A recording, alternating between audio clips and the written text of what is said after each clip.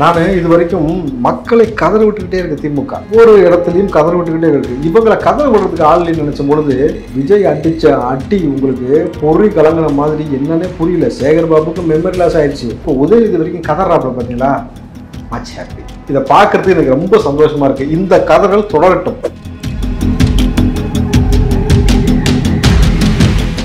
விஜய் செய்வது எலக்ட் பாலிடிக்ஸ்னு சொன்னாங்க. பட் நான் பார்த்தது வரைக்கும் விஜய் செய்வது பொலைட் பாலிடிக்ஸ். அவர் கையாளக்கூடிய முறை, எப்போ எதிர்வினை ஆற்றக்கூடிய விதம் எல்லாமே வேற மாதிரி இருந்தது. ஆனால் இந்த முறை என் பெரும் கூட்டத்தோடு உங்களை நான் எச்சரிக்கிறேன். இதை ஜெயலலிதா அப்படி பேசியிருக்கிறாங்க. ஜெயலலிதாவையே விஜயகாந்த் அப்படி பேசியிருக்காங்க. புரியுங்களா? இப்போ விஜயகாந்தும் ஜெயலலிதாவும் சேர்த்த உருவமாக விஜய் பேசும்போது தான் உங்களுக்கு டர் ஆகுது.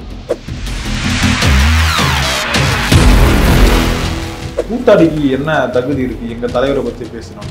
நீங்கள் கூத்தாடின்னு சொல்றீங்களா? இப்போ ரொம்ப தைரியமா ஆலோசனை சொல்லுங்க. கூத்தாடி ஆட்சி தான் நடக்குதுன்னு சொல்லுங்க பார்ப்போம். முதலமைச்சர் கூத்தாடி அந்த ஆட்சி தான் நடக்குது, துணை முதலமைச்சர் கூத்தாடி தான் நடக்குது, எங்க தலைவர் ஒரு கூத்தாடி, அவர் சினிமா நடிச்சிருக்கிறாரு சொல்லுங்க. அவ்வளவு தைரியமான நீங்க சொல்ல வேண்டியதானே? அப்போ அண்ணன் திரும்ப அவர்கள் நீங்க அரசியல் கட்சி எடுத்துக்கீங்களா, என்ஜிஓ வச்சிருக்கீங்களா? அரசியல் கட்சி. அப்போ அங்கே அரசியல் தானே பேசணும். சரி, அம்பேத்கர் இல்லாமல் ஒரு அரசியல் இருக்காங்க. அப்போது அந்த நிகழ்வில் அரசியல் தான் பேசுவாங்க. அந்த இடத்தில் நின்று அந்த அரசியலை எதிர்கொண்டிருக்கணும். அதை எதிர்கொள்ள திராணி இல்லாமல் நீங்கள் திமுக பின்னாடியே ஒளிந்து கொண்டு போறீங்கனாக்கா, இதைத்தான் அன்றிலிருந்து இன்று வரைக்கும் பறைசாட்டுறாங்க. உங்களால் ஒரு பொது தொகுதி கேட்டு வாங்க முடியல. இந்த விழாக்கு சீமானையும் முதல்ல கூப்பிட்டுருக்காங்க அப்படின்னு சொல்றாரு. உண்மையா சார்? நம்ம எவ்வளோ சீரியஸான இப்போ செய்திகள் பேசியிருந்தோம். இப்போ எதுக்கு நீங்கள் திடீர்னு டக்குன்னு காமெடி நியூஸ் பேசுகிற மாதிரி ஆயிடுச்சு எனக்கு. இது விளையாட்டு செய்தியில் வருமா இல்லை எந்த செய்தியில் போடுவீங்க நீங்கள்? இதை இந்த பிரேக்லலாம் இந்த உருப்பட காமெடி அந்த மாதிரி உங்களை போடுங்க. ஏன்னா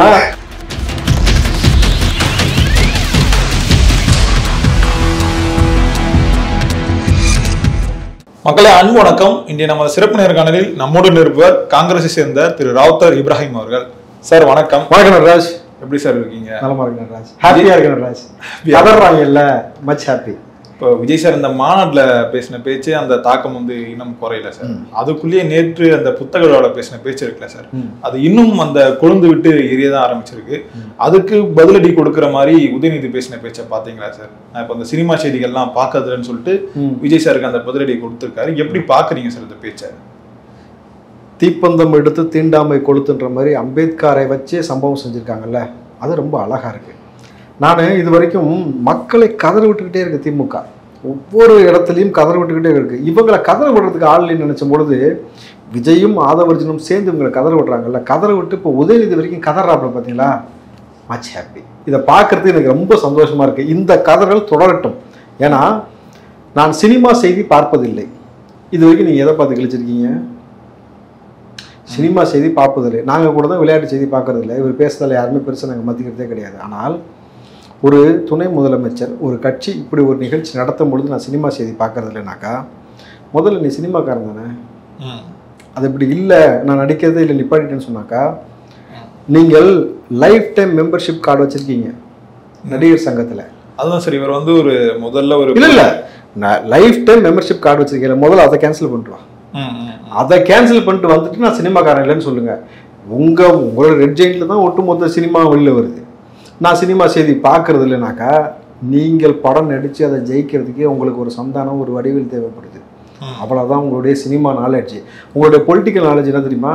காசியப்பை பாத்திரத்துலேருந்து ஒரு மாற்றத்தினால கப் வாங்கிட்டு வந்து கொடுத்தானா, அதை கொண்டு போய் நிப்பாட்டினீங்க எல்லாத்துக்கு முன்னாடி சிஎம் வரைக்கும் கொண்டு போய் வச்சிங்களா?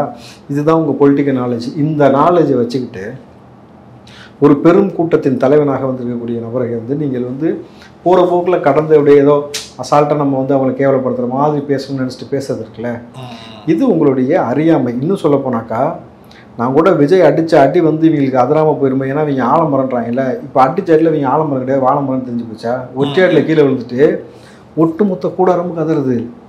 உதயநிதி, கனிமொழி, இந்த பக்கம் சேகர் பாபு, சட்டத்துறை அமைச்சர், ஒட்டுமொத்த நபர்களும் ஒட்டுமொத்தமாக சேர்ந்து கதறீங்க இல்லையா? இந்த கதறல் தான் நான் தேவைப்பட்டது. ஏன்னா உங்களால் இந்த மக்கள் தொடர்ச்சியாக கதறிக்கிட்டே இருக்கிறாங்க. நீங்கள் எங்களை கொண்டு கொண்டே இருக்கிறீர்கள். அந்த இடத்துல ஒரு நிதியை கொடுத்துட்டு நீதி அழிச்சுக்கிட்டே இருக்கிறீங்கன்னும் பொழுது இப்படிப்பட்ட நபர்களை கதற விடுவதற்கு சரியான நபரை காலம் தேர்ந்தெடுத்து ஒரு தலைவனாக கொண்டு நிப்பாட்டியிருக்கணும் பொழுது இந்த கதறல் தொடரட்டும். ஐ ஆம் மச் ஹாப்பி. இப்போ விஜய் சார் நேற்று அந்த விழாவில் பேசும்போது சொல்லியிருப்பாரு, இந்த 200ன்ற அந்த தொகுதிகள் இருக்குல்ல, ரொம்பவே இருமாப்போட இருக்காங்க, அதை வந்து மக்களை வந்து மைனஸ் ஆக்கிடுவான்னு சொல்லியிருந்தாரு. இப்போ நேற்று அந்த பேச்சுக்கு பதிலடியா பி.கே. சேகர் பாபு பேசியிருந்தார் சார். தற்கொலைகள்லாம் வந்து விமர்சனம் பண்ணிட்டு இருக்காங்க அப்படின்னு சொல்லிட்டு விஜய நேரடியா சொல்றாரு. களத்துக்கு முதல்ல வாங்க அப்படின்னு சொல்றாரு. இந்த லோட்மேன் மாதிரி ஏதோ மூட்டையை தூக்கிடுவேன், இந்த தூக்கிடுவேன்னு சொல்லி சமீபமாக பேசினார் லோட்மேன் மாதிரி. அவர் தானே சேகர்பாபுனா? அவர் தானே தம்பி. சரி, இந்த ஸ்டாலின் நடந்தாருன்னா சுற்றிலும் மேலே பார்க்காம இந்த காலை பார்த்துக்கிட்டே இப்படி போவார், தரையை பார்த்துக்கிட்டே. அது எதுக்கு சார்? மக்களுக்கு தெரியும், கமெண்ட்ல போடுவோம் பாருங்க. எதுக்கு சேகர்பாபு தரையை பார்த்துக்கிட்டே நடப்பாரு, எதை தரையிலிருந்து முதல்ல தூக்கிட்டு முதல்ல கையில் எடுத்துட்டு ஓடுவார்ன்றதையும் பார்த்தீங்கன்னா தெரியும்.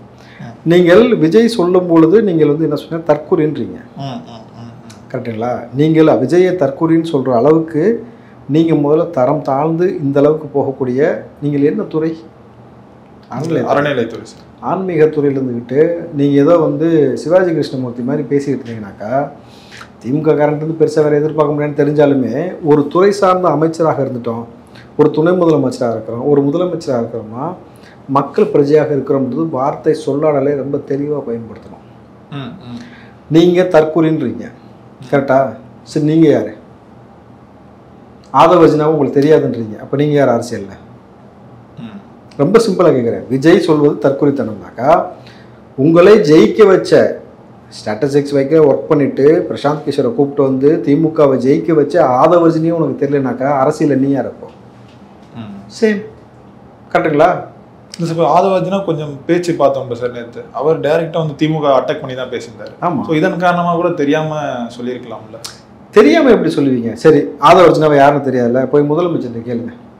ஆதவர்ஜினா யார், அவங்க மாமனார் லாட்ரி மார்ட்டின் யார் அப்படின்னு கேளுங்க. நீங்கள் போயிட்டு சார் அவங்க நம்மளெல்லாம் எதிர்க்கிறாங்க தலைவா, ஆதவர்ஜினா இருக்கிறாங்க, அவங்க மாமனார்ட்டு வாங்கின காசு நமக்கு தேவையில்லை, தூக்கி கொடுத்துருங்கன்னு சொல்லுங்கள்.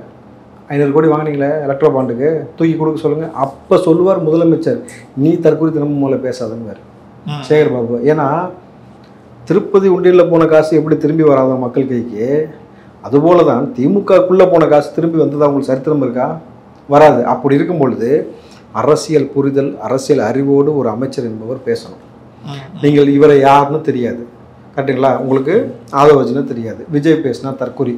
சரிப்பா, அறிவார்ந்து அறம் சார்ந்து உங்கள் உதயநிதி பேசினதா ஒன்று சொல்லுங்க பார்ப்போம். மண்ணாக இருக்கட்டும், மலையாக இருக்கட்டும், இயற்கையாக இருக்கட்டும், கனிம வளங்களாக இருக்கட்டும், அல்லது இங்கே இருக்கக்கூடிய மொழிக்காக போராடிய தியாகிகள் பற்றியாக இருக்கட்டும், நம்மளுடைய வரலாறை பற்றி ஏதாவது ஒன்று உதயநிதியை அறமாக பேசின செய்தியை பொறுத்து நீங்கள் பேசுங்கள் பார்ப்போம், மேற்கோள் காட்டுங்கள் பார்ப்போம். உங்களுடைய சித்தாந்த தலைவர்கள் யார்? நீங்களே அம்பேத்கரை தூக்கி பிடிக்கவில்லை, கேள்வி கேட்டாங்களா? பதில் சொல்லுங்கள். இத்தனை ஆண்டு காலமாக அம்பேத்கரை கண்டுகொள்ளாத நீங்கள் இந்த முறை வந்து அம்பேத்கர் நினைவு தினத்துக்கு ஓடி ஓடி மாலை போடுறீங்கனாக்கா அடி அந்த மாதிரி 2 பேரும் எடுத்த இனிஷியேட்டிவ் உங்களை ஓடி கொண்டு போய் அங்கே நிற்க வைக்கிது பொழுது இதுதான் அம்பேத்கருடைய வெற்றி. இந்த விஷயத்தில் முதல்ல இந்த நிகழ்வை ரொம்ப அழகாக அந்த நிகழ்வுக்குள் நம்மளை அழைத்துட்டு போனது யாருனாக்கா அறிவு. நம்ம இந்த இடத்துல அந்த தம்பியை வந்து பாராட்டணும். ஏன்னா அறிவு வந்து அந்த பாடிய பாடல், பயன்படுத்திய சொற்கள், அந்த வரிகள் என்பது அம்பேத்கரை குறித்து அந்த விழிப்புணர்வு குறித்து இந்த சட்டமேதையை பற்றின ஒரு புரிதலை ஏற்படுத்தக்கூடிய பாடல் மூலமாக நம்மளை அந்த கவனத்தை அட்டென்ஷன் சீக்வன்ஸ் நம்மளை கொண்டு வந்தாங்க உள்ள. அதற்கு பிறகு யாருமே எதிர்பார்க்கல, விஜய் மட்டும்தான் சரவடி வெடிப்பார் நினச்சாக்கா இந்த பக்கம் ஆதவர்ஜினா எடுத்து ஓப்பனிங் அடிச்சார பாருங்க, அடி அது மரண அடி. அந்த அடி புஷியானந்த் அவர்களை ரசித்து மெய் மறந்து ஒரு என்ஜாய் பண்ண காட்சியை நம்ம பார்த்தோம். அப்போது இந்த ஒரு குடும்பத்தில் பிறந்ததுனாலேயே ஒரு முதலமைச்சர் ஆகணும் என்ற தகுதி இருக்கக்கூடியதாக இவர்கள் கருதி கொண்டு இந்த நாட்டை கபலீகரம் செய்து கொண்டு மக்களை பிளவாடக்கூடிய அரசியல் செய்து கொண்டு ஆட்டு மந்தில கொண்டு போய் மக்களை அடைக்கிற மாதிரி அடைச்சி காசை கொடுத்து சாராயத்தை கொடுத்து இந்த மாதிரியான விஷயங்கள் செஞ்சுட்டு இருக்காங்கல்ல, இதற்கு ஒரு முற்றுப்புள்ளி வைக்கணும் முதல் விஷயம். ஆனால் இங்கே பிறப்பால் யாரும் முதலமைச்சர் இல்லை தான், இப்போ மக்கள் தானே சார் அவங்கள தேர்ந்தெடுக்கிறாங்க. Well point. இதுதான் வந்து விஜய் நேற்று சொன்னது. எலெக்ஷன் மக்களால் தேர்ந்தெடுக்கப்படுகிறதுனா உண்மையாலுமே ஓட்டை மக்கள் போடுறோன்னா ஓட்டை வாங்குறீங்களா காசு கொடுத்து? திமுககார அறத்தோடு சோறு சாப்பிட்ற உப்பு போட்டு சாப்பிட்றனாக்கா நேர்மையாக பிறந்த நபர்கள் சொல்லுங்கள், நீ காசே கொடுக்காம எலெக்ஷன் சந்திச்சேன்னு சொல்லிடுவியா? வா, எந்த நம்பிக்கை இருக்கோ அந்த மதத்தில் கூட போய் கூட அந்த கோயிலுக்கு போய் கூட சத்தியம் பண்ணி கூட வாங்கி கேட்டு பார்ப்போம். அப்போது இங்கே ஓட்டை வாங்குறீங்க, ஓட்டை திருடுகிறீர்கள், நீங்கள் அறுவடை செய்கிறீர்கள். மக்கள் பாட்டு போடலை, எது காசு? கொலுசு, மூக்குத்தி, குக்கர், லொட்டு, லோசுக்குன்னு எது கொண்டு போய் கொடுக்குறீங்க திமுககாரன்? அப்போது இந்த விஷயத்தை தான் இன்னைக்கு விஜய் கேட்டார். இங்கே நேர்மையான முறையில் இங்கே வந்து ஓட்டு நடக்குதா, எலெக்ஷன் நடக்குதா அந்த நம்பிக்கை மக்களுக்கு ஏற்படும் பொழுது தான் உண்மையான ஒரு மாற்றம் ஏற்படும். இங்கே ஆதவர்ஜுன் பேசின இன்னொரு விஷயம், தன் தாயோடைய மரணம், அதை குறித்து அவர் பேசிய செய்தி இருக்கு இல்லையா. ஒரு விவசாய குடும்பத்தில் ஒரு விவசாயியாக இருக்கும் பொழுது அவர்களுக்கு இந்த விவசாயி கொடுக்கப்பட்ட நெருக்கடி, ஒரு கலப்பு திருமணம் முடித்ததால் அதனால் கொடுக்கப்பட்ட நெருக்கடி இதுக்குள்ளே பாதிக்கப்பட்டு தன் தாயை பறி கொடுத்தார். 5 வயசில் அவங்க வந்து தற்கொலை செய்து கொண்டார்கள் பொழுது இந்த சமூகத்தில் தாய் தகப்பன் வளர்க்கக்கூடிய பிள்ளைகளே எந்த அளவுக்கு தருதலையாக போகிறதுன்றதெல்லாம் நம்ம பார்க்குறோம். சமீப மன்சூர் புள்ள கூட உதாரணம். ஸோ எவ்வளோ சீர்கெட்டு போகிறாங்கன்னா, அப்போது 5 வயசுல தன்னுடைய முழு ஃபோக்கஸையும் கல்வியிலையும் விளையாட்டுலையும் காட்டுறதுனால தான் எப்படி வந்து தண்ணீர் கொடுக்காமல் மறுக்கப்பட்டு இன்றைக்கு இந்திய அரசியலமைப்பு சட்டத்தை எழுதக்கூடிய அளவுக்கு அம்பேத்கர் வந்தாரோ, அதே போல் ஆதவர்ஜுனும் இன்றைக்கு அந்த இடத்துலேருந்து இந்த இடத்திற்கு வந்து திமுகவை ஜெயிக்க வச்சு பிரசாந்த் கிஷோரை கூப்பிட்டு வந்து ஒரு ஸ்ட்ராட்டஜிக்கலாக உட்காந்து 2 பேரும் சேர்ந்து கொண்டு வர அளவுக்கும், நாளைக்கு உங்களே ஜெயிக்க வச்ச ரொம்ப என்னால் விடுதலை சிறுத்தையும் சேர்ந்து அல்லது விஜயையும் சேர்த்து நம்ம கொண்டு வந்து ஜெயிக்க வைக்க முடியுன்ற அளவுக்கு வந்து பேசி இன்னைக்கு நெத்தி போட்டில் அடித்த மாதிரி திமுகவுக்கு சேலஞ்ச் பண்ணுறாருன்னா, இந்த வளர்ச்சிக்கு வித்துட்டது என்னன்றதை மாணவ பிள்ளைகள் புரிஞ்சுக்கணும். கல்வியை கையில் எடுங்க. இவங்களை மாதிரி முட்டாத்தனமான சொற்களையோ தேவையில்லாத சொற்களையோ அறுவாலையோ தூக்கத்தை நிப்பாட்டிக்கிட்டு, விஜய் சொன்ன விஷயமும் அதுதான். இந்த ரெண்டு பேரும் வலியுறுத்துவது மாணவ பிள்ளைகளை அரசியல் பழகு, அரசியல் பழவா, கல்வியை கையில் எடு. இதை எடுத்தேன்னா என்ன ஆவ, நீ நாளைக்கு இந்த அரசாங்கத்தை வழிநடத்தக்கூடிய மிக முக்கியமான பொறுப்பில் நின்று உட்கார் பண்ணும் பொழுது இதை பறைசாற்றுறாங்க. இந்த விஷயத்தை புரிஞ்சுக்காம ஆதவர்ஜுனா வச்ச ஒரு கோரிக்கை விஜயிடம், வேங்கவேலுக்கு போங்க. நான் ஆதவர்ஜுனாவுக்கும் விஜய்க்கும் வைக்கிற கோரிக்கை, 2 பேரும் சேர்ந்து பரந்தூருக்காக கையகப்படுத்துகிற நிலம் இருக்கு இல்லையா, அந்த ஊருக்கு போங்க. நீங்கள் அங்கே போய் உட்காருங்க. ஏன்னா நீங்கள் உதயநிதி கிடையாது 500 பேர் கூட வராமல் இருக்கிறதுக்கு. விஜய் நீங்கள் போனீங்கன்னாக்கா 5 லட்சத்துலேருந்து 10 லட்சம் பேர் வருவாங்க. அந்த அரசியல் மாற்றத்தை நடத்தணும். நீங்கள் திமுககாரன் பொது வெளியில் வரலன்றீங்களா, விஜய் வருவார். அவர் வரும்பொழுது உங்களுக்கு ஏற்படக்கூடிய நடுக்கம், அந்த கூட்ட நெரிசலில் உங்களால் மூச்சு விட முடியாத அளவுக்கு இந்த ஆட்சி அதிகாரம் திணறும். ஏன்னா விஜய் அவர்கள் ஒன்று பரந்தூர் மக்களுக்காக பரந்தூருக்கு போங்க, இல்லையா மெரினா பீச்சுக்கு வாங்க. 2 இடத்துல ஒரு இடத்துல வந்து நீங்கள் உட்காருங்க. நேஷ்னல் நியூஸ் தலைப்புச் செய்தியாக மாறும் பொழுது மோடி அவர்களும் பார்ப்பார், பிற நாடுகளும் பார்க்கும். அப்போ அவங்க சைடுலேருந்து என்ன சொல்லுவாங்கன்னா, நாங்கள் நிலத்தை தேர்வு செஞ்சு தான் தர சொன்னோம், விவசாய நிலத்தை நாங்கள் கேட்கல. இப்போது எப்படி விவசாயிகளுக்கு எதிராக இந்த திமுகவில் இருக்கக்கூடிய முத்துவேல் கருணாநிதி ஸ்டாலினுடைய இந்த அரசாங்கம் எவ்வளோ மோசமாக கையாளுகிறன்றதையும் பதிவு பண்ண முடியும். ஒரு நாள் மலைக்கு ஏர்போர்ட் சம்பிச்சு போச்சா, அப்போது ஏரியிலேயே கொண்டு போய் ரன்வே கட்டினீங்கன்னாக்கா மறுபடியும் மழை வந்து அந்த தண்ணி திமுக வீட்டுக்கு போகும், அங்கே தான் நிற்கும். அப்போது எவ்வளோ பெரிய பொருட்சேதம் ஏற்படும், எவ்வளோ பெரிய வர்த்தகம் தடைபடும், எவ்வளோ பெரிய மக்களுக்கு இழப்பு ஏற்படும். ரெண்டையுமே புரியும் பொழுது அந்த நிலம் அந்த மக்களுக்கே திரும்பி கொடுக்கப்படும். அப்போ இந்த மாற்றத்தை ஏற்படுத்துவதற்கு நீங்கள் 2 பேரும் நிச்சயமாக வேங்கவேல் போகாததுக்கு முன்னாடி பறந்துருக்கு வாங்க. அதே மாதிரி கனிமொழி அவங்க பேசின பேச்சு இருக்கா சார், நாங்கள் 200 தொகுதிகளும் இருமாப்போட வெல்வம் சொல்றாங்க, இது எப்படி பார்க்குறீங்க சார்? 200 தொகுதியிலும் இருமாப்போட வெல்வம் இல்லையா? கனிமொழி அவர்கள் சொன்னீங்களே இளம் விதவைகள் அதிகமாக உற்பத்தி ஆனாங்கன்ட்டு, உங்கள் அண்ணனுடைய ஆட்சியில் தானே உற்பத்தி பண்ணி வச்சிருக்கிறீங்க. முதல்ல அதுக்கு பதில் சொல்லுங்கள். இன்றைக்கு இந்த கள்ளக்குறிச்சி கள்ளச்சாராய மரணம் இருக்குல்ல, அதிகமான இளம் விதவைகளை உற்பத்தி செய்தீங்களே உங்கள் ஆட்சியில். அந்த விவகாரம் குறித்து இன்றைக்கி நீதிமன்றத்திற்கு சிபிஐக்கு இந்த வழக்கு போனதை தடை செய்யணும்னு சொல்லி தமிழ்நாடு அரசாங்கம் போய் முறையிட்டிருக்கு நீதிமன்றத்தில். எவனாவது இந்த வேலையை செய்வானா? மக்களுக்கு நியாயமான நீதி கிடைக்கணுன்றதுக்காக தான் இந்த விஷயம் கொடுக்கப்பட்டது. நாங்கள் இந்த விஷயத்தை வெளியில் வந்தாச்சுன்னா யாரை முதல்ல தூக்குவாங்க தெரியுமா? சிபிஐக்கு போனதுனால முதல்ல இந்த ஐஏஎஸ் அதிகாரி தூக்குவாங்க. அவனை தூக்கி ஏன்டா போய் சொன்னு கேட்பாங்க. கரெக்டாங்களா? நீ கள்ளச்சாராயம் மரணத்துக்கு சம்மந்தப்பட்டது கள்ளச்சாராயம் கிடையாதுன்னு நீ சொன்ன, அதனால தானே வந்தவனு குடித்தா செத்தான், இவ்வளோ இறப்பு இன்னைக்கு வந்துச்சு, ஏன் சொன்னு கேட்பாங்க. அவன் என்ன சொல்லுவான்? நான் சொல்லலை, சொன்னான்னு கை கட்டுவான். யாரை கட்டுவான்? உதயநிதியாக இருக்கலாம், சேகர்பாபுவாக இருக்கலாம், ரகுபதியாக இருக்கலாம், எந்த அமைச்சராக வேணாலும் இருக்கலாம். அப்படின்னும் பொழுது இந்த ஆட்சிக்கு பெரிய முற்றுப்புள்ளி வைப்பதற்கான இருக்கும். அதற்காக அந்த மாதிரி போகிறாங்கல்ல. கனிமொழி இதுக்கு பதில் சொல்லுங்கள். நீங்கள் இருமா போட சுற்றுறதா எனக்கு தெரியும். உங்களோட 2G வழக்கம் லைனில் தான் இருக்குது.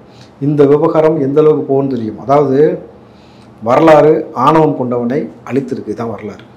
நீங்கள் அதை மறுபடியும் இருமா போடுன்னு நீங்கள் சொல்கிறீங்கனாக்கா, அப்போ உங்களுக்கு உங்கள் அண்ணனுடைய ஆட்சியில் நீங்கள் செய்யக்கூடிய எல்லா விஷயமும் சாராயம், சாதி, சமூக நீதியை பிளவுபடுத்துவது, சமத்துவத்தை கொண்டு போய் சமூக நீதியை சபப்பட்டில் ஏற்றுவது, இதுதான் செஞ்சுக்கிட்டு நாங்கள் 200 வெல்லுவோம்னு சொல்லி பேசுகிறீங்களே. உங்கள் திமுக கூடாரமே சொல்கிறேனே, உங்களுக்கு என்னப்பா என்ன வேணாலும் பேசலாம். அதே மாதிரி இப்போ ஆளூர் ஷாநிவாஸ் இருக்கார்ல சார், இப்போ இவங்க பேசுனதுலாம் திமுக சார்ந்த ஆட்கள். இப்போ இவர் வந்து விடுதலை சிறுத்தைகள் இருக்க ஒரு கட்சி நம்ம அவர் பேசுனது என்ன, ஒரு கூத்தாடிக்கு என்ன தகுதி இருக்கு எங்க தலைவரை பத்தி பேசணும்னு சொல்லிட்டு, இது எப்படி பாக்குறீங்க சார்? காலகட்டத்தில் இதே கூத்தாடின்னு சொல்ற விஜயகாந்த் கூட தான் இவங்க கூட்டணி வச்சாங்க. அப்படி இருக்கும்போது திரும்ப ஒருத்தர் அதுல இருந்து வராரு, அவர் கூத்தாடின்னு சொல்லிட்டு ஒரு முத்திரை குத்துறாங்க. இல்ல இதை சரியாக யாரும் கவனிக்கல. நான் என்ன சொல்றேன்னாக்கா, ஆளுநர் ஷானவாஸ் என்பது விடுதலை சிறுத்தையுடைய ஒரு எம்எல்ஏ. இந்த கூத்தாடின்ற ஒரு விஷயம், அதாவது ஆளுநர் ஷானவாஸ் என்ன நான் சொல்றான்னு நான் சொல்லிடுறேன், அதுக்கப்புறம் நம்ம புரிய வைப்போம் மக்களுக்கு. எங்கள் தலைவர் 35 ஆண்டு காலமாக எந்த பேப்பர்லையும் எழுதி வச்சு படிக்கலன்றாரு. விச் மீன்ஸ் துண்டு சீட்டு வச்சு படிக்கலங்கிறாரு. யாரை சொல்றாரு புரிஞ்சுக்கங்க. ரெண்டாவது, எங்கள் தலைவர் ஒரு விஷயத்தை தீர்க்கமாக செஞ்சார்னா அது ரொம்ப கரெக்டாக இருக்குன்றாரு. அப்போ திமுக என்பது கொடிய விஷப்பாம்புன்னு உங்கள் தலைவர் சொல்லிட்டு நீ கொண்டு போயிட்டு அந்த பாம்போட என்ன பாயசமாக சாப்பிட்டுருக்கீங்க, அந்த கூட்டணிலேருந்து எனக்கு கொடுத்த எம்எல்ஏ சீட்டு வேணும்னு தூக்கி போட்டு வெளியே வர வேண்டியதானே. மூணாவது, எங்கள் தலைவரை விமர்சிப்பதற்கு இந்த கூத்தாடி விஜய்க்கு என்ன தகுதி இருக்குன்னு கேட்குறேன். கரெக்டுங்களா? சரி, இதில் ஒரு விஷயத்தை புரிஞ்சுக்கணும். சனாதனத்தை ஒழிக்கணும் திரும்ப பேசுகிற பேச்சு, ஒரு மதவாத, ஒரு மதத்தில் பிறந்ததனால் ஒரு குலத்தொழில் செய்வதனால் இந்த குலத்தொழிலை சார்ந்து இப்படி இயங்குறாங்கன்னு சொல்லி ஒரு தொழிலையோ ஒரு மதத்தையோ குறிப்பிட்டு இழிவுபடுத்துவது தான் சனாதனம். கூத்து என்பது ஒரு தொழில். அப்போ கூத்து கற்ற ஒவ்வொரு நபர்களையும் கூத்தாடி என்று நீங்கள் சொல்லுவது என்பது ஒரு தொழில் சார்ந்து இயங்கக்கூடியவர்களை கேவலப்படுத்தக்கூடிய விஷயமாக நீங்கள் பேசும்போது இது வன்கொடுமை சட்டத்தின் கீழ் அவர் மீது வழக்கு பதிவு செய்யணும். இதை டிவிக்கேவும் செய்யணும். திரும்ப செய்வாரன்னா வாய்ப்பு கிடையாது. நீங்கள் வன்கொடுமை சட்டத்தின் அடிப்படையில் அவர் மீது வழக்கு பதிவு செய்யணும். இதற்கு தார்மீகமாக மன்னிப்பு கேட்கணும் ஆளுநர் ஷானவாஸ். அப்படி மன்னிப்பு கேட்கவில்லை என்றால் சட்ட ரீதியாகவும் சமூக வலைதள ரீதியாகவும் நீங்கள் எல்லா பிரச்சனையும் எதிர்கொள்ள வேண்டியது இருக்கும். ஏன்னா நீங்கள் ஒரு கூத்தாடின்னு சொல்லி ஒரு பிளவாடக்கூடிய ஒரு பேச்சை பேசுவதற்கு நீங்கள் ஒரு எம்எல்ஏவாக இருக்க தேவையில்லை. இன்னும் ஆளுநர் ஷானவாஸை இன்னொரு படி மேலே போய் கேட்கக்கூடிய எல்லா உரிமையும் எனக்கு இருக்குது. நீங்கள் இஸ்லாமிய மார்க்கத்திலிருந்து வந்திருக்கீங்க. மார்க்கம் கற்பித்தது உங்களுக்கு சமத்துவத்தை போதித்த மார்க்கத்தில் இருந்து கொண்டு நீங்கள் இப்படி ஒரு பிளவாடக்கூடிய சொற்களை சொல்கிறீங்களானாக்கா நீங்கள் என்ன புரிதலோடு இங்கே அணுகிறீங்கன்னு ஒரு விஷயம் இருக்குது. மூணாவது, நீங்கள் கூத்தாடின்னு சொல்கிறீங்களா, அப்போது ரொம்ப தைரியமாக ஆளுநர் ஷானவாஸ் சொல்லுங்கள், கூத்தாடி ஆட்சி தான் நடக்குதுன்னு சொல்லுங்கள் பார்ப்போம். முதலமைச்சர் கூத்தாடி அந்த ஆட்சி தான் நடக்குது, துணை முதலமைச்சர் கூத்தாடி அதான் நடக்குது, எங்கள் தலைவர் ஒரு கூத்தாடி அவர் சினிமாவில் நடிச்சிருக்கிறாரு சொல்லுங்கள். அவ்வளோ தைரியமான இது சொல்ல வேண்டியதானே. அப்போது இந்த கூத்தாடி என்ற சொல்லை பயன்படுத்தி ஒரு சமூகத்தை இழிவுபடுத்தும் பொழுது இப்போ எங்கே போனீங்க சத்யராஜ், இப்போ எங்கே போனீங்க ரஜினிகாந்த், இப்போ எங்கே போனீங்க பிரகாஷ்ராஜ், சூர்யா, இந்த நபர்கள் எல்லாம் திமுகவுக்கு முட்டு கொடுத்துட்டு வர இந்த சினிமா பிரபலங்கள் ஆர்ஜே பாலாஜி ஒட்டுமொத்த நபர்களும் இப்போயும் வாய் திறக்கலை. அப்போ தொடர்ச்சியாக நீங்கள் கூத்தாடின்ற வார்த்தையை எளிதில் கடந்து போயிட முடியாது. என்னைக்கோ எழுதின பாட்டு கள்ளத்தனம் கொண்ட கருணாநிதினு அதில் ஒரு லைன் வந்ததுக்கு எவ்வளவு பெரிய பூதாகரமாக நீங்கள் ஆக்கினீங்க. அப்போது ஒரு பிளப்பு, அது வந்து கூத்துன்றது ஒரு தொழில். காலங்காலமாக கூத்து கட்டுறவங்கன்னு ஒருத்தவங்க இருந்தாங்க. அந்த தொழிலை செய்யக்கூடிய நபர்களை நீங்கள் இழிவுபடுத்தக்கூடிய வார்த்தையே ஒரு முதலமைச்சர் அவருக்காக சப்போர்ட் பண்ணுறோன்ற பேரில் ஒரு எம்எல்ஏ கூட்டணி கட்சியில் இருந்துக்கிட்டு சனாதனத்தை ஒழிக்கணும்னு சொல்லக்கூடிய திருமாவிடம் இருந்து கொண்டு இந்த வார்த்தையை காலங்காலமாக நீங்கள் பயன்படுத்தினீங்கனாக்கா இதைத்தான் நீங்கள் உள்வாங்கினீங்களா? இதைத்தான் அம்பேத்கர் உங்களுக்கு கற்பித்தாரா? இதைத்தான் உங்களுக்கு கற்பித்தாரா? அப்போது இதை புரிஞ்சுக்காம இப்படி முட்டாள்தனமாக பேசுகின்ற ஆளுநர் ஷானவாஸை வன்மையாக கண்டிக்கிறேன் நான். சார், இப்போ இந்த விழாவில் ஆதவர்ஜனா பேசி முடிக்கும் போது சொல்லியிருப்பாரு, திருமாவளவன் இந்த விழாவில் பங்கேற்கலானும் அவருடைய மனசாட்சி வந்து இங்கே தான் இருக்கும் அப்படின்னு அவர் சொல்லியிருந்தாரு. அதே மாதிரி விஜய் பேசும்பொழுதுமே திருமாவளவன் இது அம்பேத்கருக்கான ஒரு விழா, இப்போ இந்த விழாவில் அவரால் பங்கேற்க முடியலன்னா அவருக்கு எந்த அளவுக்கு அந்த பொலிட்டிக்கல் ப்ரெஷர் வந்து கொடுத்துருப்பாங்கன்றதை என்னால் யூகிக்க முடியுதுன்னு சொல்லியிருப்பாரு. இது பேசி முடிக்கிறாரு, அதுக்குள்ள திருமாவளவன் வந்து இந்த ப்ரெஸ் மீட்டை வந்து கொடுக்குறாரு. அதில் என்ன சொல்லியிருப்பாருன்னா, எனக்கு எந்த ஒரு அழுத்தமும் திமுக வந்து கொடுக்கல, அந்த அளவுக்கு ஒன்றும் விடுதலை சிறுத்தைகள் வந்து பலவீனமா இல்லைன்னு சொல்றாரு. இதை நம்ம எப்படி எடுத்துக்கலாம்? ஒருத்தர் வந்து இப்படி சொல்றாரு, அவருடைய மனசாட்சி வந்து இங்கே தான் இருக்குன்னு சொல்லிட்டு, எனக்கு அந்த மாதிரி பொலிட்டிக்கல் ப்ரெஷர் யாருமே கொடுக்கல அப்படின்னு சொல்லிட்டு அந்த கட்சியோட தலைவர் சொல்றாரு.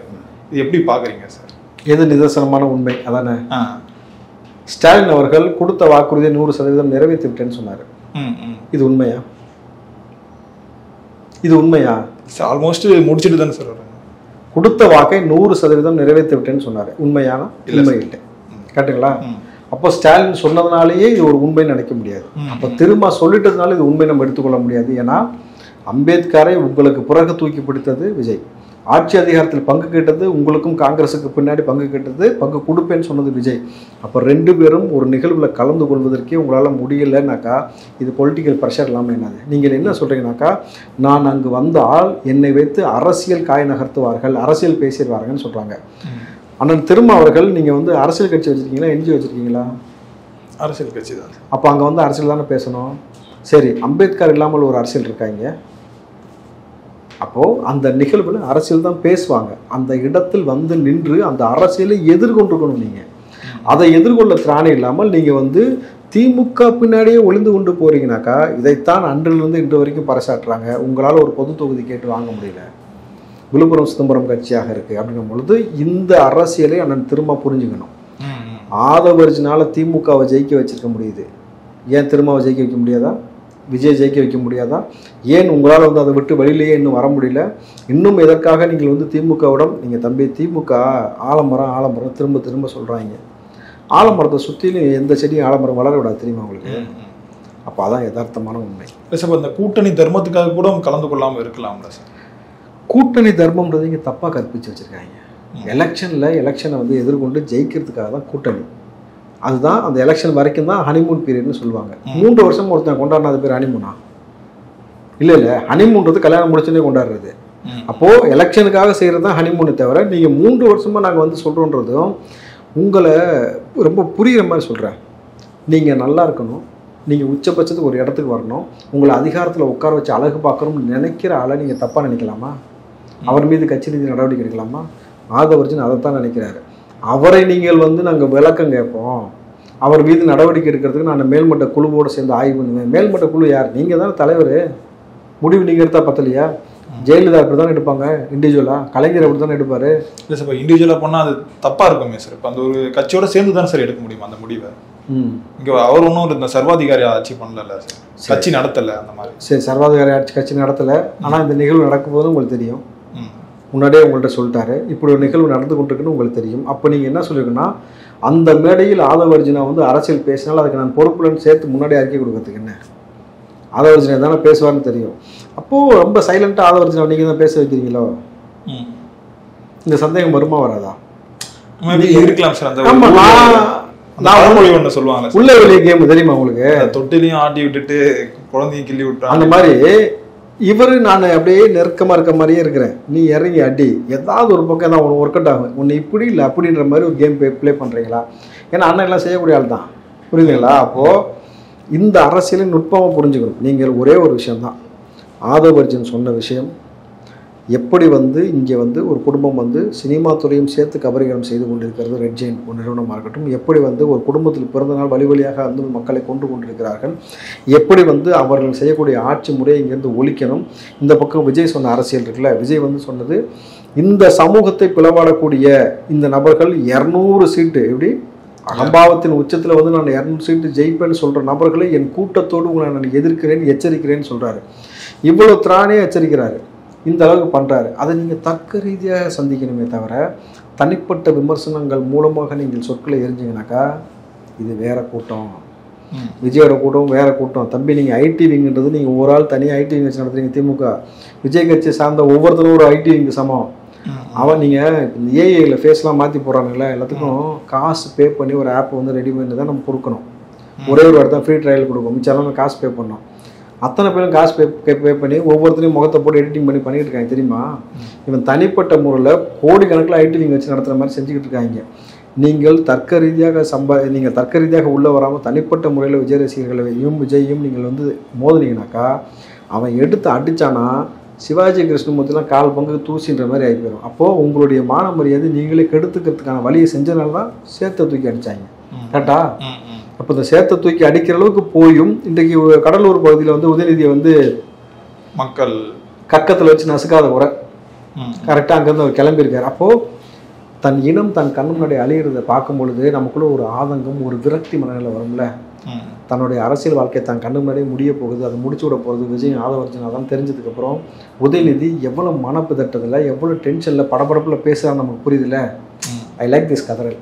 ஸோ ஒட்டுமொத்தமாக விஜய் சாரோட இந்த பேச்சு இருக்குல்ல சார், இப்போ இதுக்கு முன்னாடி விஜய் சார் மேலே இந்த குற்றச்சாட்டாக வைப்பாங்க, அவர் வந்து வெளியே எங்கேயும் வந்து பேச மாட்டாரு, அவங்க கட்சி இந்த மாநாடு இப்படியே பேசிட்டு அவர் இந்த காலத்தை வந்து ஓட்டிட்டு இருக்காரு அப்படின்னு சொல்லிட்டு இருந்தாங்க. பொது வெளியில வந்து பேசுறாரு, அங்க இருக்க விருந்தினர்கள் எல்லாருமே அவர்கள்னு சொல்லி சொல்றாரு. மாநாட்டுல வந்து அவர் கட்சி ஆட்கள் வந்து விஜய் அவர்களே வந்து சொல்லியிருப்பாங்க. ஏன் நமக்குள்ள ஏன் அவர்கள்னு சொல்லி கேட்குறீங்கன்னு சொன்னாங்க. இப்போ இந்த செய்தி நிறுவனங்கள்லாம் இருக்குல்ல சார், இப்போ விஜய் மட்டும் ஏன் இப்போ அவர்கள்னு சொல்லி சொல்றாரு? தம்பி ஏன் தம்பி வாடா இங்கன்னு கூப்பிட்டுக்கலாம், போடா அங்கே போய் உட்காரான்னு சொல்லலாம். இன்னொருத்தரை நம்ம சொல்ல முடியாது. இது இன்னொரு கட்சி சார்ந்த நபர் வந்திருக்கிறாரு, அம்பேத்கரின் பேரன் வந்திருக்கிறாரு, நீதியரசர் முன்னாள் நீதிபதி வந்திருக்கிறாருன்னும் பொழுது, அப்புறம் ஆனந்த விகட குழுமம் வந்திருக்கணும் பொழுது அவர்களுக்கு அவர்களேன்ற கண்ணியத்தை கொடுக்கணும். என் வீட்டுக்குள்ள என்ன வேணா செய்வதற்கான எல்லா உரிமையும் இருக்கு. ஒரு பொது இடத்திற்கு வரும்பொழுது அவர்களுக்கு கொடுக்க வேண்டிய கண்ணியத்தையும் கொடுக்க வேண்டிய நிர்பந்தம் கொடுக்குறாரு. ஆனா இதுல அந்த நீதியரசர் சொன்னது நீங்க கவனிக்கணும். அம்பேத்கர் எழுதிய அந்த இந்திய அரசியலமைப்பு புத்தகத்தை கையில் வைத்து இதைத்தான் ராகுல் காந்தி அவர்கள் நாடாளுமன்றத்தில் தூக்கி பிடித்து காண்பித்துக் கொண்டிருக்கிறார். இதை காண்பித்த பிறகு அந்த 1.5 லட்சம் பிரதிகளை வித்திருக்குன்னு சொல்றாரு. ரெண்டாவது, அவர் சொன்ன ஒரு மைனூட்டான ஒரு அரசியல் நீங்க புரிஞ்சுக்கணும். அடுத்த ஒரு எலெக்ஷன் நடந்தால் அப்படின்னும் பொழுது எலெக்ஷன் 5 வருஷத்துக்கு ஒரு நடக்கணுமா இல்லையா? அடுத்த ஒரு எலெக்ஷன் நடந்தால் மோடி அவர்கள் இந்த இந்திய அரசியலமைப்பு சட்டத்தை முடிச்சு விடணும்னு பார்க்குறாரு, ராகுல் காந்தி அதை காப்பாற்றணும்னு பார்க்குறாருன்னு சொல்லும் பொழுது இந்த அரசியல் நீங்கள் புரிஞ்சுக்கோங்க. அப்போ எலெக்ஷனை நடக்க விடாத அளவிற்கு மோடி என்ன செய்து கொண்டிருக்கிறாருங்க? இந்திய அரசியலமைப்பு சட்டத்தை மாற்றி ஒரே நாடு ஒரே தேர்தலில் கொண்டு வந்து மக்களை ஒட்டுமொத்தமாக கபலீகரம் செய்து இந்துத்துவ நாடாக இந்தியாவை காண்பிப்பதற்கான எல்லா வேலையும் செய்கிறாங்க. அப்போ நீங்கள் நிற்க போவது மோடியின் பக்கமாக ராகுல் பக்கமானு கேள்வி கேட்டார். ஒரு நீதியரசர் கேட்ட கேள்வி இதைத்தான் காங்கிரஸும் கேட்கறது. நீங்கள் நிற்க போகிறது யார் பக்கம்னா, அப்போது காங்கிரஸ் யார் பக்கம் நிற்கும்? பிஜேபியோட கூட்டணி வைத்துக்கொண்டு சுற்றிட்டு இருக்க கூட திமுகவோட நிற்குமா? 2026 அதானியோட கூட்டு வச்சிருக்க உங்க கூட நிற்குமா? இந்த பக்கம் விஜயோட நிற்குமா? அப்போது நான் முன்பே சொன்னதுதான், காங்கிரஸ் நிச்சயமாக விஜயோட இணையும், அதிமுக இணையும். விடுதலை சிறுத்த விருப்பம் இருந்தால் உள்ளே வந்து பெரியாள் ஆகிக்கிங்க, விருப்பம் இல்லையா கடந்து போயிருக்கீங்க. இந்த பக்கம் பாட்டாளி மக்கள் கட்சியாக இருக்கட்டும், எஸ்டிபிஐ கட்சியாக இருக்கட்டும், எத்தனையோ பிற கட்சிகள் எல்லாருமே உள்ளே வருவதற்கு தயாராக இருக்கிறார்கள். ஏனென்றால் அவர்களுக்கும் அதிகார பகிர்வு தேவைப்படுகிறது. இனி எத்தனை ஆண்டு காலமாக அடிமை சாஸ்திரம் எழுதி கொடுத்து நம்ம இப்படி இருக்கோம் அப்படின்ற ஒரு வேதனை அவர்களுக்கு இருக்கும் பொழுது இந்த முறை விஜயை நோக்கித்தான் அரசியல் நகர்வு. விஜய் எந்த கூட்டணி வைக்கிறார், யாரை அதிகாரத்தில் அமர்த்த போகிறார், இவர் எந்த அதிகாரத்தில் வைக்க போகிறான்றதான் அடுத்த 2026 தலையெழுத்து. நிச்சயமாக சொல்கிறோம்ல, இன்னைக்கு சேகர் பாபு பேசியிருக்க பேச்சு இருக்குல்ல, சனிக்கிழமை பேசினார் பாருங்களேன், அவருக்கு சனி உச்சத்தில் இருக்க நாக்கில் இந்த நம்மை பிடித்த சனியும் பிணியும் இனி விலகும்ன்றது தான் விஜயும் ஆதவர்ஜனாவும் பேசும்பொழுது இந்த மக்களை பிடித்த சனியும் பிணியும் விலகுன்றதுக்கான ஒரு பேச்சை நான் பார்க்கணும் பொழுது விடியட்டும், நல்ல காலம் பிறக்கட்டும்ன்றேன். கடைசியாக விஜய் சார் அந்த பேச்சை வந்து எப்படி சார் பார்க்குறீங்க? அது அவங்க தொண்டர்கள்லாம் என்ன சொல்றாங்கன்னா, இது விஜய் சாரோட அந்த முதல் பிரச்சார மேடைன்னு சொல்லி சொல்றாங்க. நீங்க எப்படி சார் பார்க்குறீங்க இந்த பேச்சு? இல்லை, விஜய் அவர்கள் அவங்க முறை சட்டிலாக பேசுவார் அப்படின்னு தான் எல்லாமே சொன்னாங்க. ரொம்ப வந்து விஜய் செய்வது எலக்ட் பாலிடிக்ஸ்ன்னு சொன்னாங்க. பட் நான் பார்த்தது வரைக்கும் விஜய் செய்வது பொலைட் பாலிடிக்ஸ். ரொம்ப சட்டிலாக ஒவ்வொரு விஷயத்தையும் ஹேண்டில் பண்ணுற விதம், அவர் கையாளக்கூடிய முறை, எப்போ எதிர்வினை ஆற்றக்கூடிய விதம் எல்லாமே வேற மாதிரி இருந்தது. ஆனால் இந்த முறை என் பெரும் கூட்டத்தோடு உங்களை நான் எச்சரிக்கிறேன்னு. இதை வந்து ஜெயலலிதா அப்படி பேசியிருக்கிறாங்க, ஜெயலலிதாவையே விஜயகாந்த் இப்படி பேசியிருக்கிறாரு. புரியுதுங்களா? இப்போ விஜயகாந்தும் ஜெயலலிதாவும் சேர்த்த உருவமான விஜய் பேசும்பொழுது தான் இவங்களுக்கு டர் ஆகுது. எந்த அளவுக்குனாக்கா, நீங்கள் உதயநிதியோடைய பேட்டிகள் இது வரைக்கும் கவனிச்சிருக்கீங்கன்னா எல்லாத்தையும் ரொம்ப ரொம்ப கூலாக ஹேண்டில் பண்ணுவார், ரொம்ப யதார்த்தமாக சட்டிலாக பேசுவார். ஆனால் விஜய் அடித்த அடி உங்களுக்கு பொறி கலங்கின மாதிரி என்னன்னே புரியல. சேகர் பாபுக்கு மெமரி லாஸ் ஆயிடுச்சு, அதை வச்சுனா யாருன்னு தெரியல. இவருக்கு கூடாரம் காலியாகி நம்மளோட எதிர்காலம் முடிஞ்சு போச்சு, நமக்கு சினிமாலேயும் நடிக்க மாட்டேன்னு சொல்லிட்டு அங்கேயும் எதிர்காலம்ல நடிப்பும் வரல. இங்கே வந்தாக்கா நமக்கு அரசியலையும் இங்கே வாழ விட மாட்டானுங்க, திமுகன்ற லேபிளுக்கு முன்னாடி ஒழிஞ்சிக்கிட்டு நம்ம நல்லா மங்களம் வரலான்னு நினச்சிட்டு இருந்தார்ல, அதற்கு முற்றுப்புள்ளி வச்சுட்டாருன்னு தெரிஞ்சதுக்கப்புறம் விஜய் அவர்கள் இந்த பாலிடிக்ஸை இன்னும் கொஞ்சம் அதிகமாக செய்ய ஆரம்பிக்கணும். நீங்கள் களத்துக்கு வரமாட்டேங்கன்னு குற்றச்சாட்டு சொல்கிறாங்களே, நீங்கள் ஒரு முறை வந்து காட்டுங்க, ஏன்டா கொள்ளைக்கட்டியை தூக்கி தலையை சொல்லுன்ற மாதிரி இப்போ வருத்தப்படும் திமுக. நீங்கள் ஒரு முறை மெரினாவிற்கோ பரந்தூருக்கோ நீங்கள் சென்றீர்கள் என்றால் எந்த விளிம்பு நிலை மக்களுக்கு நமக்கு நிற்கிறோமோ அவன் பக்கம் நிற்பதான் அறம் சொல்லப்பட்டிருக்கு. அந்த விளிம்பு நிலை மக்களுக்காக நீங்கள் நிற்கிறீங்க, உங்கள் பக்கம் நிற்பது அறம் சொல்லிட்டு இந்த பக்கம் இன்றைக்கி ஆதவர்ஜனா வந்திருக்கிறாரு. உங்கள் பக்கம் நிற்பதான் அறம் சொல்லி இத்தனை கோடி மக்கள் வராங்க, உங்கள் பக்கம் நிற்பது தான் அறம்னு எல்லா கூட்டணி கட்சியும் உங்களை நோக்கி வரும். இந்த அறத்தோடு இந்த அறக்கர்களை நம்ம வென்று காட்டணும். சரி, இப்போ இந்த அம்பேத்கர் இந்த புத்தக விழா இருக்குல்ல சார், இப்போ இந்த விழாக்கு வந்து சீமானையும் வந்து முதல்ல கூப்பிட்டுருக்காங்க அப்படின்னு சொல்கிறாரு. இது உண்மையா சார்? இது இல்லை, நம்ம எவ்வளோ சீரியஸான இப்போ செய்திகள் பேசியிருந்தோம், இப்போ எதுக்கு நீங்கள் திடீர்னு டக்குன்னு காமெடி நியூஸ் பேசுகிற மாதிரி ஆகிப்போச்சு எனக்கு. இது விளையாட்டு செய்தியில் வருமா இல்லை வந்து எந்த செய்தியில் போடுவீங்க நீங்கள் இதை? இந்த பிரேக்லலாம் இந்த உருப்பட காமெடின்னு சொல்லி அந்த மாதிரி உங்களை போடுங்க. ஏன்னா உண்மையிலே பாருங்க, நம்ம சீரியஸான விஷயம் பேசியிருந்தோம். இப்போ நமக்கு ஒரு ரிலாக்ஸேஷன் ஆன மாதிரி எப்படி நம்ம வந்து சீமான் மேட்டர் வந்து சிரிச்சிட்டோமோ அப்படி சிரிச்சுட்டு கடந்து போயிருங்க மக்கள். ஏன்னா சீமான் வந்து இன்னும் நல்ல வேலைக்கு காந்தி காலத்துல தான் நான் தான் காந்திக்கு அஹிம்சை சொல்லி கொடுத்தேன், நேதாஜிக்கு துப்பாக்கி பிடிக்க சொல்லி கொடுத்தேன்னு இருப்பாரு. இல்லை இப்போ இஸ்ரோவில் ராக்கெட் விடுறாங்கல்ல, அதுவே நான் சொன்ன ஃபார்முலான்னு கிட்டத்தட்ட அவரு எந்த அளவுக்கு எப்படிலாம் வந்து நீங்கள் எண்ணெய் தேய்ச்சிட்டு உருண்டுறீங்க ஏதாவது ஒட்டுமான்ட்டு. எதுவும் ஒட்டாது. 15 வருஷமா உங்கள்கிட்ட எதுவும் ஒட்டலை, இனியும் எதுவும் ஒட்ட போகிறது கிடையாது. நம்மளுக்கு அண்ணன் சீமானை வந்து பேசாமல் சினிமாவில் நடிக்க போயிருங்க, உங்களுக்கு அதான் பெட்ரு. நடிச்சுட்டு நீங்கள் டைரக்ஷன் பண்ணிவிட்டு அப்படியே போயிட்டீங்கன்னாக்கா லைஃப் செட்டில் ஆயிரும். என்ன அண்ணனுக்கு திரள்நிதி கட்டாயிருமேன்னு சொல்றதுக்காக அதை பேசியிருக்காரு போட்டுருக்கு. பட் இறுதியாக காமெடி செய்தி பேசியதுக்கு நன்றி தம்பி. ரொம்பவே நன்றி சார், எங்களோட நேரம் பகிர்ந்தமைக்கு. நன்றி தம்பி.